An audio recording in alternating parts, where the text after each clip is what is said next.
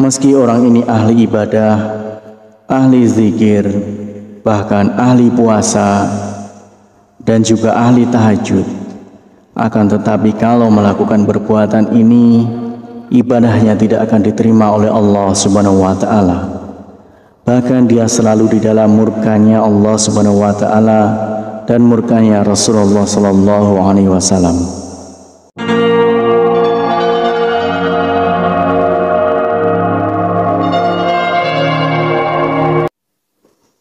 Bismillahirrahmanirrahim. Assalamualaikum warahmatullahi wabarakatuh. Syukur alhamdulillah kita bisa berjumpa lagi di channel ini. Salawat dan salam semoga selalu tercurahkan kepada junjungan kita Nabi besar Muhammad sallallahu alaihi wasallam.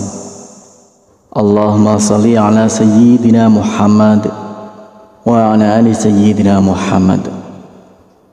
Saudaraku seiman yang dirahmati Allah, banyak maksiat yang dilakukan oleh manusia, namun tidak disadari perbuatan itu dapat meruntuhkan semua ibadah dan dapat tertolak semua ibadahnya kepada Allah Subhanahu wa Ta'ala. Meski orang ini ahli ibadah, ahli zikir, bahkan ahli puasa, dan juga ahli tahajud, akan tetapi kalau melakukan perbuatan ini, ibadahnya tidak akan diterima oleh Allah Subhanahu wa Ta'ala.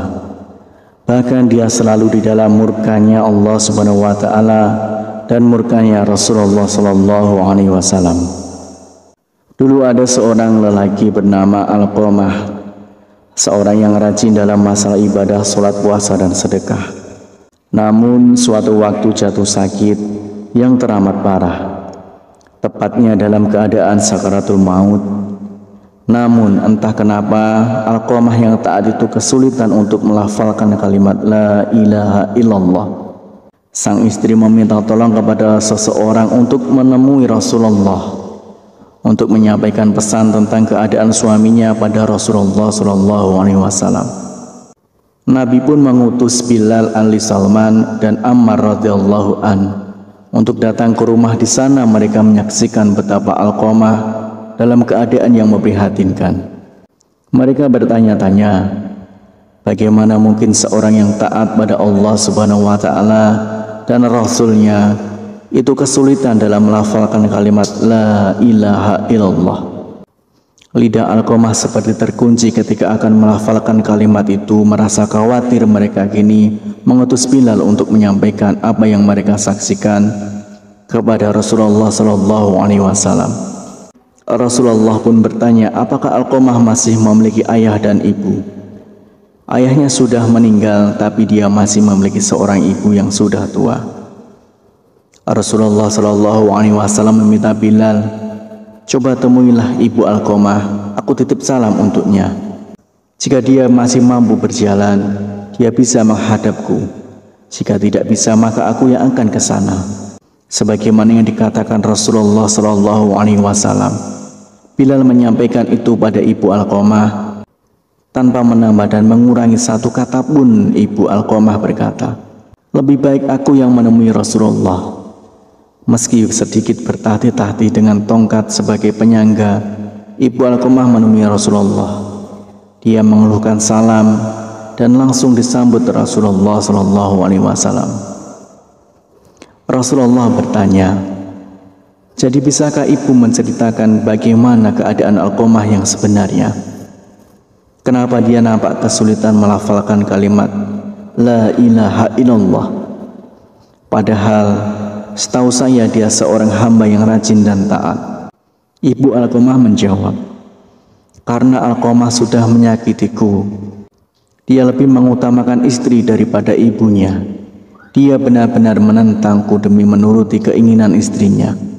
Rasulullah pun mengangguk-anggukkan kepala, tanda mengerti bahwa yang mengunci lidah Alqamah hingga tidak bisa melafalkan kalimat la ilaha illallah adalah karena murka dari ibunya sendiri. Kemudian Rasulullah Sallallahu Alaihi Wasallam memanggil Bilal, menyuruh Bilal untuk mengumpulkan kayu sebanyak-banyaknya untuk membakar tubuh Alqamah. Ya Rasulullah, Kenapa engkau mau membakar putraku di depan mataku? Bagaimana perasaanku nanti? Tanya Ibu Alqamah sedih. Ya, bagaimanapun seorang ibu, mana bisa melihat putranya dibakar di depan mataku sendiri. Wahai Ibu Alqamah, sejatinya siksa Allah nanti di akhirat akan lebih kejam. Segala amal yang dilakukan selama ini tidak dapat diterima oleh Allah karena terhalang akan siksamu. Kebajikan yang dilakukan jadi tidak berguna dan tidak bisa membantu selamat dari api neraka.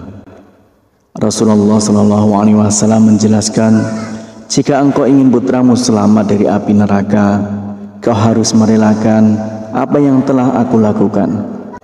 Baiklah ya Rasulullah, aku akan memaafkannya.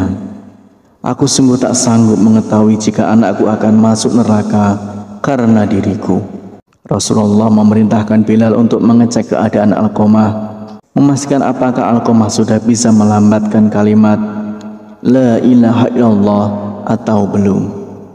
Karena jika sang ibu mengatakan semua itu hanya karena malu bukan dari hati, maka apapun bisa terjadi. Namun ternyata Ibu Alqamah sungguh tulus telah memaafkan putranya, karena ketika Bilal sampai di pintu rumah Alqamah, dia mendengar Alqamah mengucapkan kalimat La ilaha illallah.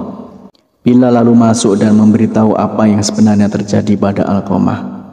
Itu tentang lidah Alqamah yang terkunci tidak bisa mengucapkan kalimat syahadat karena mendapat murka dari ibunya, bahwa segala amal yang dilakukan Alqamah tak dapat menolong karena murkanya seorang ibu. Hari itu setelah ibunya memaafkan Alqamah, dia pun kembali ke rahmatullah, lalu dimandikan, dikafani dan disalatkan oleh Rasulullah SAW. Setelah dikuburkan, Nabi Muhammad SAW berkata, wahai sekalian kaum muhajirin dan ansor, barang siapa yang melebihkan istrinya daripada ibunya, dia akan mendapatkan laknat dari Allah Subhanahu wa Ta'ala.